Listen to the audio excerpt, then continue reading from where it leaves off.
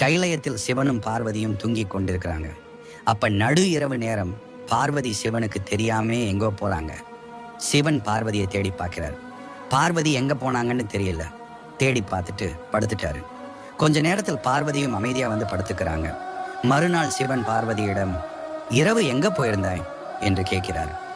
பார்வதி, தூக்கம் வரல, அதனால் கொஞ்ச தூரம் நடந்தேன் என்று சொல்கிறார். அந்த இரவு சிவன் தூங்குற மாதிரி நடிக்கிறார். பார்வதி எந்திரிச்சு எங்கோ போக சிவன் பார்வதிக்கு தெரியாமல் பின்னாடி செல்கிறார்.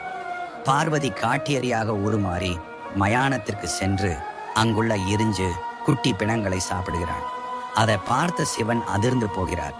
சத்தம் போடாமல் திரும்பி வந்து படுத்துக்கிறார். மறுநாள் காலையில் அந்த மயானத்திற்கு போன சிவன் அங்கு ஒரு பெரிய குழியை தோண்டி வைத்து அதன் மேல இலைகள் போட்டு மூடுகிறார். அன்றிரவு பார்வதி காட்டியறியாக மாறி நடந்து வரும்போது சிவன் தோன்றிய குழிக்குள் விழுந்து விடுகிறாள்.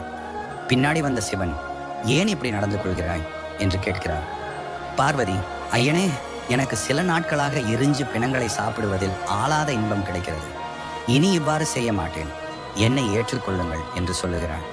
அப்பொழுது சிவன், உன்னுடைய இந்த கொடிய பழக்கத்தை இந்த குழியிலே அப்படியே விட்டு வந்தால் மட்டுமே நான் உன்னை ஏற்குவேன் என்று சொல்கிறார்.